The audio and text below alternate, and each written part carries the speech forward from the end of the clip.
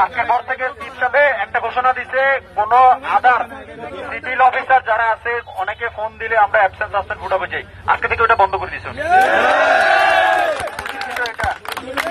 আর অফিসের বিশেষ করে আমাদের এখন আমাদের পক্ষে আছে রেল মন্ত্রণালয় আমাদের সঙ্গে কথা বলার জন্য আগ্রহী করছে। সুতরাং আমরা আমাদের মতো করে আগাইতে হবে।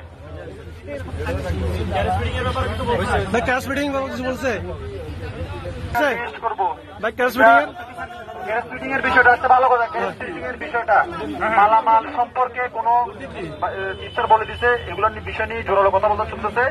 মালামাল সম্পর্কে আমরা কোনো চার্জ নিব না।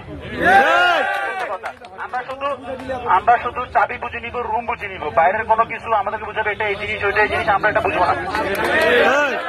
আর ওনারা যারা বিশেষ করে স্টোর ওয়ার্কশপে বলছে, অনেকে আমাদের স্টাফরা 8টা বাজে ডিউটি শেষ, ওনারা অফিসাররা ডুলি 10টা বাজে আসে চাবি নিতে, আমাদের স্টাফ বসে থাকে।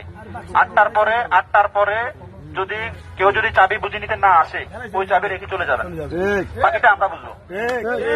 কারণ আমরা সর্বশেষ কথা, বাকিটা ইনশাল্লাহ আমরা রেলপথ মন্ত্রণালয় যারা আমাদেরকে কল দিছে, জানি না কে কল দিছে, ওনারা বসবে ওই পারের থেকেও। ওই পার কিন্তু আমাদের চাইতে ভয়াবহ, ওই পারে সব গাড়ি বন্ধ করেছে, তেলের গাড়ি যেগুলো ছিল সব বন্ধ করেছে। ওই পারের সমন্বয় যারা করতেছে এদের সাথে আমার যোগাযোগ হয়েছে, ওই পারের গুলো আরো অ্যাক্টিভ, আমাদের চাইতে আরো বড় অ্যাক্টিভ তারা।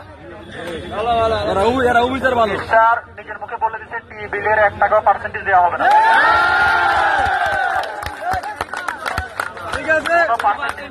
এটা মাথায় রাখবেন, যে পার্সেন্টেজ খুঁজবে তাকেই জানাবেন, যে পার্সেন্টেজ খুঁজতে রেকর্ড করে রাখবেন।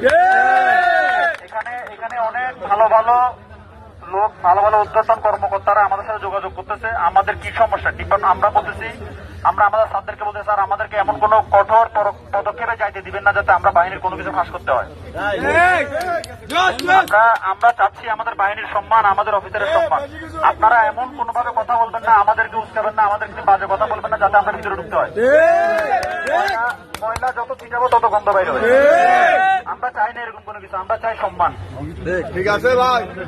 আর বাইরের যত অফিসার আছে যারা আছে, কেউ যদি বাজে বিহেভ করে, সাথে সাথে আপনারা প্রোটেস্ট করবেন। সবাই আমাদের আন্দোলন জোরদার হয়েছে।